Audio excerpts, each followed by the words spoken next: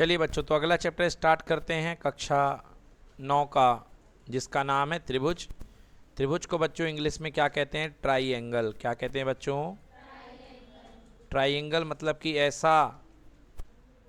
ऐसा बहुभुज जिसमें 3 भुजाएं हों। जिसमें कितनी भुजाएं हों?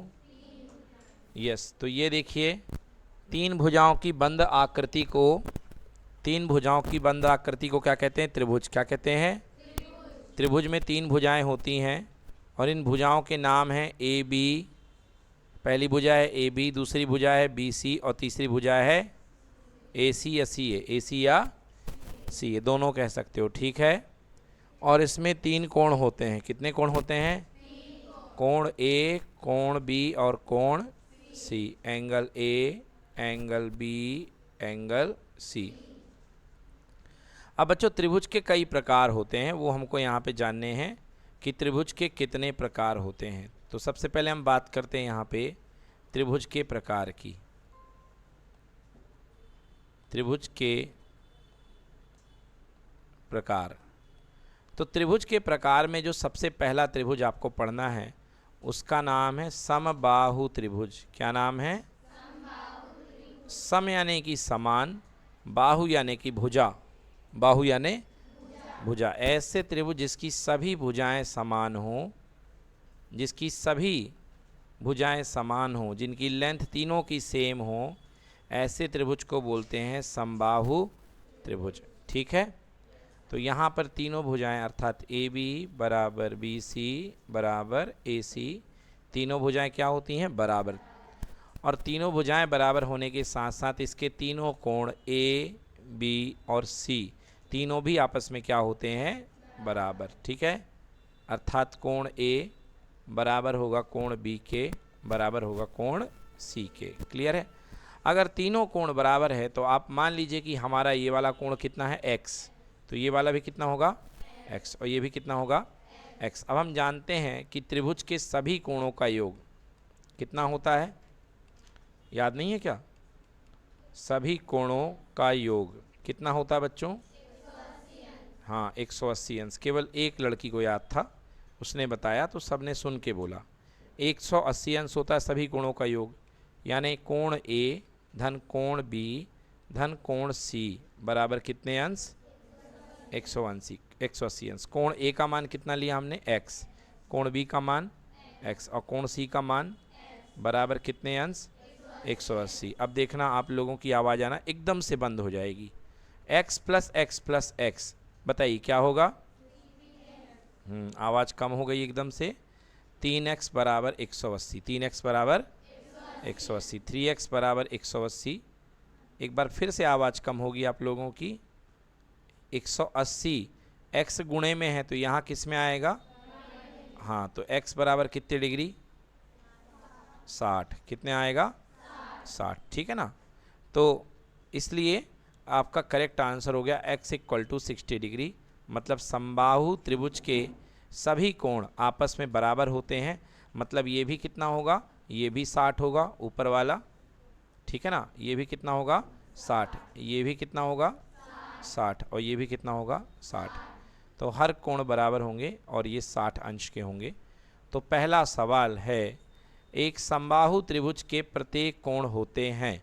बताइए क्या है उत्तर? 60। तो इसका उत्तर क्या है? 60। चलिए नोट करिए इसको। चलिए अगले त्रिभुज की ओर चलते हैं। हेडिंग बनाइए। अगला त्रिभुज है समद्विबाहु। समद्विबाहु त्रिभुज। समद्विबाहु का मतलब समान, द्वि यानी कि 2, बाहु यानी भुजाएं। जिसकी 2 भुजाएं समान हो उसको क्या बोलते हैं? समद्विबाहु। समबाहु नहीं बोल रहा हूं मैं, समद्विबाहु बोल रहा हूं। ये देखिए, तो ये है ए, ये है बी और ये है सी।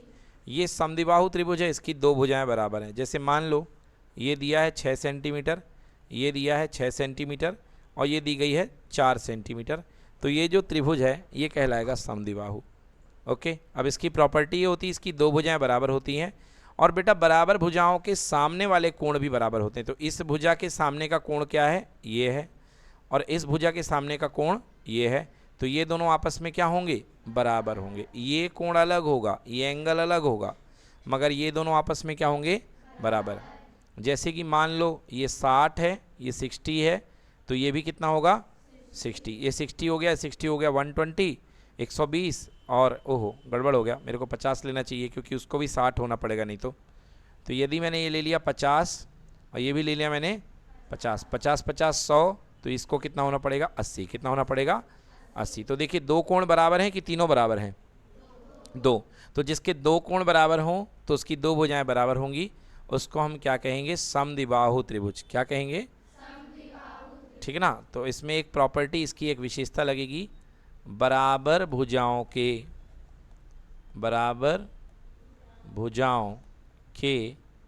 ये जो सामने वाले कोण कहलाते हैं, इनको क्या बोलते हैं? बराबर भुजाओं के सम्मुख कोण। कौन से कोण? सम्मुख। मुख के सामने सम्मुख कोण बराबर होते हैं। बराबर भुजाओं के सम्मुख कोण क्या होते हैं? बराबर होते हैं ना बेटा। तो ये सम्मुख कोण है बराबर भुजाओं की, आपस में क्या होंगे? बराबर। लिख लीजिए, ये समद्विबाहु त्रिभुज है। बच्चों अगला टॉपिक बनाइए। अगले टॉपिक का नाम है सर्वांग सम त्रिभुज। सर्वांग सम त्रिभुज। सर्वांग सम का मतलब समझिए सबसे पहले आपको। सर्वांग सम, युवराज इंग्लिश में सर्वांग सम को कॉन्गुरेंट कहते हैं। सर्वांग सम यानी कॉन्गुरेंट। सर्वांग सम, सर्व अंग सम। सर्वांग सम का मतलब होता है सर्व अंग सम। सर्व यानी सभी, अंग यानी अंग, हिस्से, और अभी मैंने बताया सम का मतलब होता है बराबर। इसका मतलब बराबर। ऐसा त्रिभुज जिसके सभी हिस्से बराबर हों, ऐसे त्रिभुज को क्या बोलते हैं? सर्वांग सम। यस और नो? मान लीजिए आपके पास में एक त्रिभुज दिया गया है PQR, ये त्रिभुज है, और एक त्रिभुज दिख रहा है ABC। आप अच्छे से देखिए, क्या अगर मैं इन दोनों त्रिभुज को कागज़ के टुकड़े से जैसा काटा जाता है, कागज़ में मैंने पहले बना लिया, जैसे आपकी कॉपी है तो आपने अपनी कॉपी में दो त्रिभुज ऐसे बना लिए। एक ये बना लिया, इसका नाम आपने दे दिया PQR, और ऐसा ही एक त्रिभुज बना लिया आपने, सॉरी ऐसा ही आपने एक त्रिभुज बना लिया इस तरीके का, ये ऐसे, ये एक त्रिभुज बना लिया। अब बताइए कि अगर आप इन दोनों टुकड़ों को काट करके एक दूसरे के ऊपर मैच कराना चाहें ला करके हाथ से, तो क्या ये इसके ऊपर बिल्कुल फिट हो जाएगा कि नहीं होगा? क्या ये वाला इसके ऊपर फिट होगा? नहीं होगा। मतलब ये एक दूसरे के ऊपर फिट नहीं होंगे। इसका मतलब ये दोनों फोटोकॉपी नहीं है, ये सर्वांग सम नहीं है, ये सर्वांग सम। बट अगर आप इसी त्रिभुज की फोटोकॉपी कर लो और इसी त्रिभुज की फोटोकॉपी करके उस फोटोकॉपी को दोबारा इसके ऊपर रखो, तो क्या एक दूसरे के ऊपर नीचे आ जाएंगे? एक दूसरे को ढक लेंगे कि नहीं ढक लेंगे? पीछे वाला नहीं दिखाई देगा ना फिर, क्योंकि ढक लोगे तो कैसे दिखाई देगा? तो अगर एक दूसरे के ऊपर पूरे तरीके से ढक लेंगे, मतलब इनके सभी अंग बराबर हैं, तो इसको हम क्या बोलेंगे? सर्वांग सम। क्या बोलेंगे? अब जरा देखिए, मैं आपको बता रहा हूँ।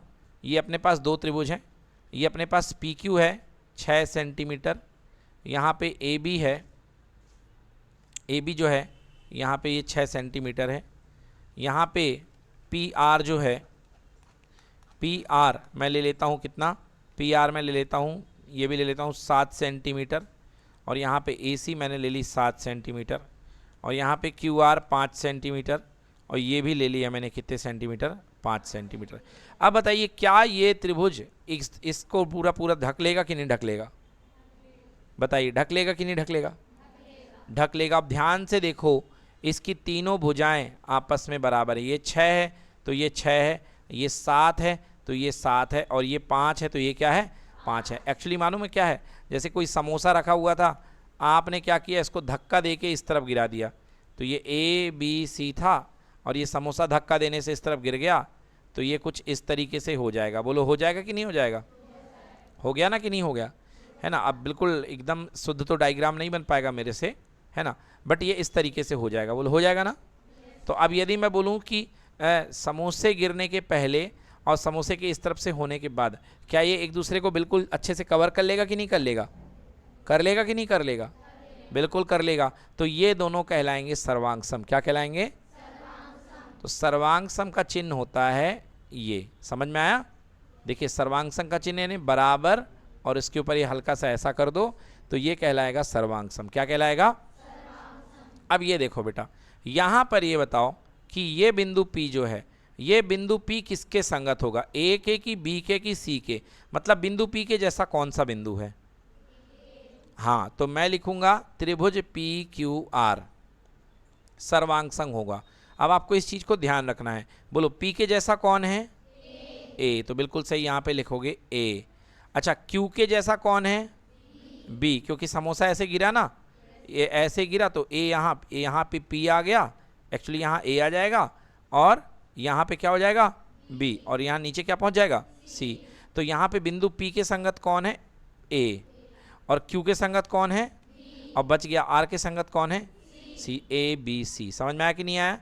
तो इस तरीके से आपको संगत बैठाल के लिखना पड़ेगा कि त्रिभुज PQR सर्वांग सम होगा त्रिभुज किसके? ABC के। ये आपको पहचानना आना चाहिए, आपको पहचानना, समझ गए?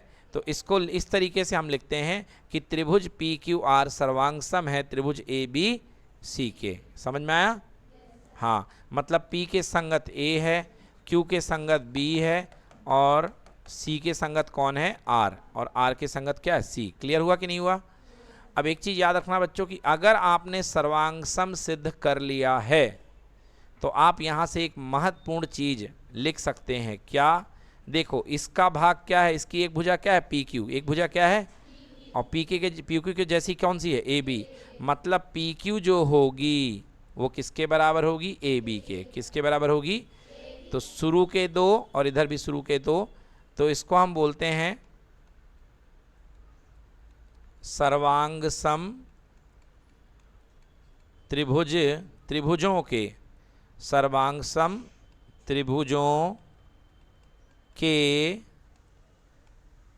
संगत भाग बराबर होते हैं। क्या होते हैं? हाँ, मतलब जो मेरा वही तेरा, जो मेरा वो तेरा, जितना मेरा उतना तेरा, इसको बोलते हैं सर्वांग सम त्रिभुजों के संगत भाग बराबर होते हैं। और इसको शॉर्ट में इंग्लिश में बोलते हैं CPCT। क्या बोलते हैं? CT। देखो, तो यहाँ पर पहले त्रिभुज का भाग क्या है? PQ। तो PQ बराबर किसके होगा? AB के। अब अंत के दे ले लो, कौन है? QR। तो QR किसके बराबर होगा? तो QR बराबर BC के। और फिर एक शुरू का एक लास्ट का क्या हो गया? PR। क्या हो गया? और PR किसके बराबर होगा? AC के। याद रखे, आगे समझ में ना? तो अगर दो त्रिभुज सर्वांग सम है तो उनके संगत भाग क्या होंगे? बराबर होंगे। संगत भाग क्या होंगे? बराबर होंगे, इक्वल होंगे। और एक और बात, इनके संगत कोण भी आपस में बराबर होंगे। बोलो, यहाँ पर कोण P है, क्या है? कोण। और यहाँ पर कोण A, अर्थात कोण P बराबर कोण A। तो जितना एक कोण P खुलेगा उतना ही कोण A खुलेगा। समझ में आया? कोण P बराबर कोण A, कोण Q बराबर कोण B, और कोण R बराबर कोण। समझ में आ गया? तो सर्वांग समता से तीन तो भुजाएं आपस में बराबर होंगी और तीन कोण आपस में बराबर होंगे। समझ में आ गया? मतलब दो त्रिभुज अगर सर्वांग सम हैं तो उनके प्रत्येक हिस्से आपस में क्या होंगे? बराबर होंगे। ठीक है ना? अगर दो त्रिभुज आपस में सर्वांग सम हैं तो उनके प्रत्येक हिस्से आपस में क्या होंगे? बराबर होंगे। क्लियर? यस। ये देखिए, तो यदि दो त्रिभुज मैंने दे दिए कि ABC सर्वांग सम है MNP के, MNP के, तो मैंने लिखा त्रिभुज ABC सर्वांग सम है MNP के। ठीक है ना? तो A के संगत कौन आया? M। A के संगत M, B के संगत N, और C के संगत P। C के संगत कौन है? P है। क्लियर? हाँ, तो इस तरीके से आप कह सकते हो कि कोण A किसके बराबर? कोण M के। कोण A किसके बराबर होगा? कोण M के। कोण B किसके बराबर होगा? कोण N के। और कोण C किसके बराबर होगा? कोण P के। ठीक है ना? इसी तरीके से भुजाएं भी बराबर होंगी। यहाँ वाली भुजा ए बी, कौन सी है पे भुजा? A B. ए बी किसके बराबर होगी? एम एन के। ए बी किसके बराबर? M N. बी सी किसके बराबर? N P. और ए सी किसके बराबर? ए सी किसके बराबर? M P. क्लियर? इस चीज़ को कहते हैं, इस बात को बोलते हैं सी पी सी टी। क्या बोलते हैं? और हिंदी में बोलते हैं सर्वांग सम त्रिभुजों के संगत भाग बराबर होते हैं। समझ में आया ना? हाँ, तो इसको बोलते हैं सर्वांग सम त्रिभुजों के संगत भाग बराबर होते हैं। आइए देखते हैं। अब बच्चों सवाल ये है कि हम क्या सर्वांग समता के लिए हमेशा त्रिभुज काटते रहेंगे? नहीं, हमको ऐसे नहीं करना है। तो हमको पढ़ना है सर्वांग समता की शर्तें, कि वो कौन सी शर्तें हैं जिनको देख करके हम जान सकें कि दो त्रिभुज सर्वांग सम है।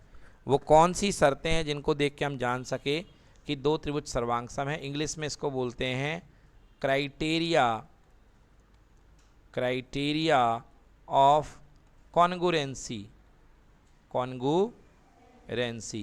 दो ट्रायंगल अगर सर्वांग सम हैं तो क्या शर्तें होनी चाहिए? देखिए, तो आपके पास अगर पहला ट्रायंगल है ए बी सी और दूसरा ट्रायंगल है पी क्यू आर, तो अगर ये दोनों सर्वांग सम हैं तो इनमें ये रूल्स फिट बैठेंगे। पहली सर्वांग समता की शर्त है, बोलिए एस एस एस। क्या है? एस यानी कि भुजा, तो इसे हिंदी में बोलते हैं भुजा भुजा भुजा। क्या बोलेंगे? भुजा भुजा भुजा सर्वांग समता। Side side side congruency. ये रूल क्या कहता है कि अगर दो त्रिभुजों की संगत भुजाएं बराबर हैं, संगत भुजाएं अर्थात ये भी 4 है तो ये भी क्या है? 4। ये 5 है तो ये भी क्या है? और ये 3 है तो ये भी क्या है? अगर संगत भुजाएं बराबर हैं तो वो त्रिभुज 101% आपस में एक दूसरे को दबा देंगे, छेद लेंगे, आक्षेपित कर लेंगे और वो दोनों सर्वांग सम होंगे। समझ में आया? तो पहली क्राइटेरिया है भुजा भुजा भुजा। क्लियर हुआ कि नहीं हुआ? हाँ। दूसरा क्राइटेरिया है एस ए एस। क्या क्राइटेरिया है? यानी भुजा कोण भुजा। भुजा कोण भुजा यानी साइड है, एंगल है, साइड है। Side angle side, side angle side angle side. Side यानी भुजा, एंगल यानी कोण और साइड यानी फिर से भुजा। भुजा कोण भुजा। तीसरा क्राइटेरिया है आर एच एस। क्या है? इसके बारे में हम थोड़ी देर में बात करेंगे आपसे। इसको बोलते हैं आर एच एस। क्लियर हो गया? और फिर इसके बाद एक और क्राइटेरिया है। हाँ, अगला क्राइटेरिया है, चौथा क्राइटेरिया है बच्चों, जिसका नाम है ए एस ए। क्या नाम है? ए एस ए को हिंदी में बोलेंगे, क्या बोलेंगे? एंगल यानी कोण भुजा कोण। क्या बोलेंगे? कोण भुजा। तो ये 4 अगर क्राइटेरिया लग रहे हों, 4 अगर क्राइटेरिया लग रहे होंगे तो ये तरीके हैं आपके दो त्रिभुज क्या होंगे? सर्वांग सम होंगे। क्या होंगे? दो त्रिभुज सर्वांग सम। अब समझो एस ए एस का मतलब क्या है। एस ए एस का मतलब है कि अगर कोई दो त्रिभुज हैं जिनकी दो संगत भुजाएं, देखो ये वाली भुजा है 4 तो ये भी कितनी है? 4। ये वाली भुजा है 5 तो ये भी कितनी है? 5। और बीच का कोई कोण, बीच का कोई कोण, अगर ये मान लो ये 60 है तो ये भी कितना है? अगर इस तरीके की व्यवस्था बन जाए कि दो भुजाएं जिनके बीच का एक कोण, जिनके बीच का एक, अगर दो भुजाओं के बीच में आप कोण की बात करते हो तो इन भुजाओं को बोलते हैं आसन्न भुजाएं। क्या बोलते हैं? हाँ, आसन्न भुजाएं। तो अगर दो आसन्न भुजाएं आपस में बराबर हों और इनके बीच के कोण आपस में बराबर हों, मतलब बोलो साइड, बोलो side side, angle angle, side side. क्या बन गया? Side angle side. ठीक ना? हिंदी में भुजा भुजा, कोण कोण, फिर भुजा और भुजा। समझ में आ गया? तो अगर ऐसा कुछ हो जाए तो ये दोनों त्रिभुज आपस में क्या होंगे? सर्वांग सम। क्या होंगे? इसको बोलते हैं साइड एंगल साइड। क्या बोलते हैं? हिंदी में भुजा कोण भुजा। ठीक है, अब देखो ए एस ए देख लो। क्या देख लो? A S A. देखो मैंने आपके सामने दो ऐसा दिए त्रिभुज दिए, मैंने आपके सामने दो त्रिभुज दिए हैं। थोड़ा सा गड़बड़ बन गया, इसको फिर से बनाता हूं। यस, मैंने आपके सामने दो त्रिभुज दिए हैं। ये है 40 डिग्री और ये भी है 40। ये भी कितना है? 40। ये है 60 और ये भी कितना है? 60। और बीच में ये भुजा की लंबाई 9 सेंटीमीटर और ये भी कितने सेंटीमीटर? 9 सेंटीमीटर। और इस त्रिभुज का नाम है ए बी सी और इस त्रिभुज का नाम है पी क्यू आर। चलिए अब देखिए, बताइए ये वाला कोण ये वाले कोण के बराबर है कि नहीं है? तो ये क्या बन गया? एंगल एंगल, एंगल और एंगल। तो देखिए एंगल दोनों के बराबर हो गए। देन उसके बाद क्या ये वाली भुजा इसके बराबर है? यानी संगत भुजाएं भी क्या हो गई? बराबर। और ये वाला कोण बराबर है कि नहीं है? हाँ, तो मतलब कि दो आजू बाजू के कोण और बीच की एक भुजा, बीच की एक भुजा, तो बन गया कोण भुजा कोण, कोण भुजा।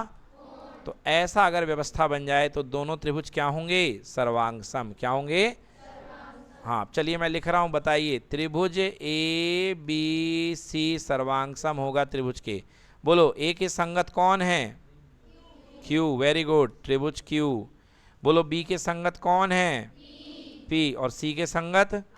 हाँ, तो त्रिभुज ए बी सी संगत होगा क्यू पी आर के, सर्वांग सम होगा क्यू पी आर के। ठीक है ना? तो अभी आपने देख ली ये 4 सर्वांग समता रूल होते हैं। पहला क्या हुआ? S S S. दूसरा क्या हुआ? S A S. तीसरा क्या हुआ? और चौथा क्या हुआ? A S A. याद रखिएगा, आपके गणित में हिंदी में साइड को भुजा बोलते हैं और एंगल को कोण बोलते हैं। लिख लो, साइड यानी कि भुजा। ठीक है ना? तो वहां पे वो भू भू भू बोलेंगे, भू भू भू। क्या बोलेंगे? भू भू भू, यानी भुजा भुजा भुजा, भुजा भुजा भुजा, यानी इंग्लिश में साइड साइड साइड। ठीक है ना? और एंगल को क्या बोलते हैं इंग्लिश में? कोण। क्या बोलते हैं? कोण। तो वहां पे चलेगा भू को भू। क्या चलेगा? भू को भू, यानी भुजा कोण भुजा, भुजा कोण भुजा। तो कंफ्यूज मत होना। ठीक है ना? साइड यानी भुजा और एंगल यानी कोण, एंगल यानी कोण। चलिए आइए बात करते हैं एक सवाल की। निम्नलिखित में से कौन सा त्रिभुजों के सर्वांग समता की कसौटी नहीं है? बोलो, एस एस होता है कि नहीं होता? होता है। ए एस ए होता है कि नहीं होता? एस एस एस होता है कि नहीं होता? एस एस ए कुछ होता है कि नहीं होता? हाँ, एस एस ए नाम का कुछ भी नहीं होता है। तो इसलिए ये कोई शर्त नहीं है, ये शर्त है। ये एस ए भी शर्त है, एस एस एस भी शर्त है। बोलो क्लियर कि नॉट क्लियर? ठीक है ना? तो सर्वांग समता समझ में आ गई आपको। सर्वांग समता का मतलब होता है आकार भी समान होगा और आकृति भी समान होगी। आकृति भी क्या होगी? समान। और आकार भी समान होगा। ठीक है ना? हाँ, तो सर्वांग समता का मतलब, सर्वांग समता का मतलब होता है equal shape. Equal shape, shape यानी आकृति, समान आकृति, समान आकृति। समान आकृति के बाद equal size, equal size, equal size यानी कि समान आकार, समान आकार। समझ में आया कि नहीं आया? क्लियर हुआ कि नहीं हुआ? हाँ, तो ये जो हैं ये कहलाएंगी सर्वांग समता की शर्तें। इक्वल शेप भी होगा और इक्वल साइज भी होगी। समझ गए ना? अब जब इक्वल शेप होगा, इक्वल साइज होगा, जैसे कि आपके कॉपी के पन्ने, आपकी जो कॉपी होती है उसके पन्ने सब एक दूसरे के बराबर होते कि नहीं होते? क्योंकि आगे वाला पन्ना देखते हो तो पीछे वाला दिखाई नहीं देता, पूरा का पूरा क्या कर लेते हैं? ढांक लेते हैं। क्या कर लेते हैं? तो उनकी आकृति भी समान है क्योंकि सबके सब आयताकार हैं। बोलो है कि नहीं है? और सबका आकार भी क्या है? समान। क्लियर हो गया? तो ये कहलाती है सर्वांग समता। चलो अगला क्वेश्चन नंबर 3। समान आकार व समान माप, समान आकार व समान माप वाली आकृतियां कहलाती हैं। नंबर 1 सर्वांग सम, समान, समरूप या बराबर? हाँ, क्या कहलाएंगी? सर्वांग सम। तो इसका उत्तर होगा सर्वांग सम। पहले का उत्तर 60 था, दूसरे का ऐसे, तीसरे का उत्तर सर्वांग सम। ठीक है, क्लियर हुआ कि नहीं हुआ? अब बात करते हैं समकोण त्रिभुज की। किसकी बात करते हैं? चलिए अगली हेडिंग लिखिए, समकोण त्रिभुज। समकोण त्रिभुज।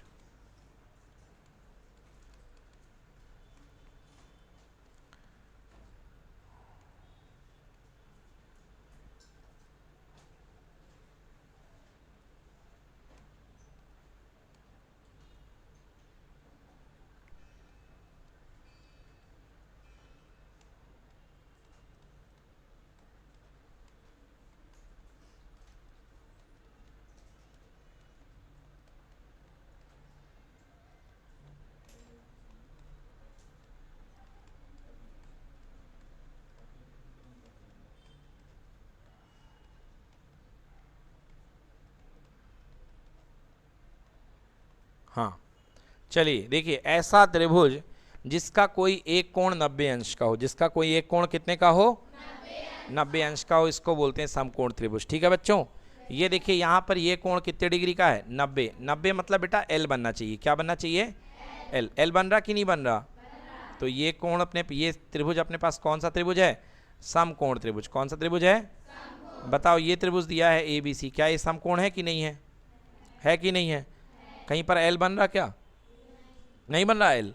क्यों? बन तो रहा है, उल्टा ही बन रहा ना, तो बनने दो ना, क्या दिक्कत है कि नहीं है? तो इसको बोलते हैं समकोण त्रिभुज। क्लियर कि नॉट क्लियर? और समकोण त्रिभुज के एकदम सामने की भुजा, ये जो है समकोण त्रिभुज है, और इसके सामने की भुजा को बोलते हैं कर्ण। क्या बोलते हैं? कर्ण। इंग्लिश में हाइपोटेनस बोलते हैं और हिंदी में बोलते हैं इसे कर्ण। क्या बोलते हैं?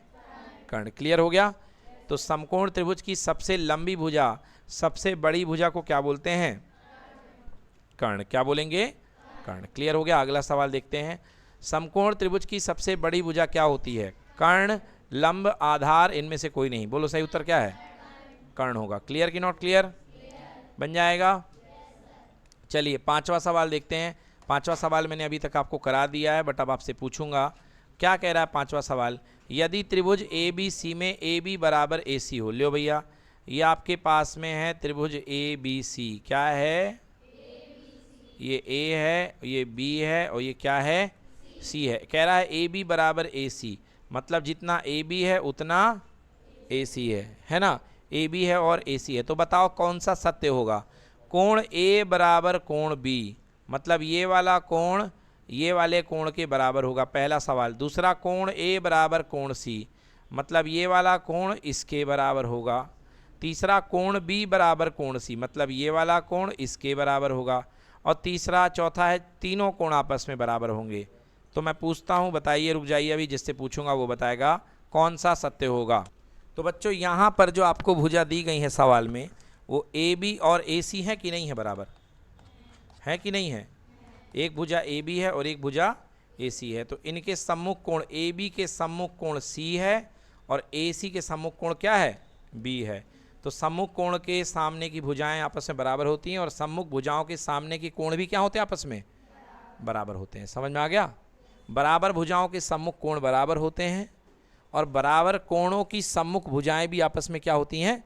मतलब भुजा बराबर होगी तो कोण बराबर होंगे, और कोण बराबर होंगे तो भुजा भी बराबर होगी। ये उत्तर था इसका।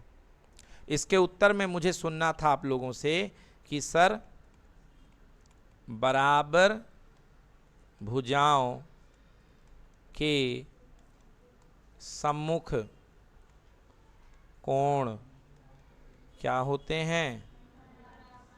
बराबर होते हैं। क्या होते हैं? होते हैं। ठीक है ना? चलिए।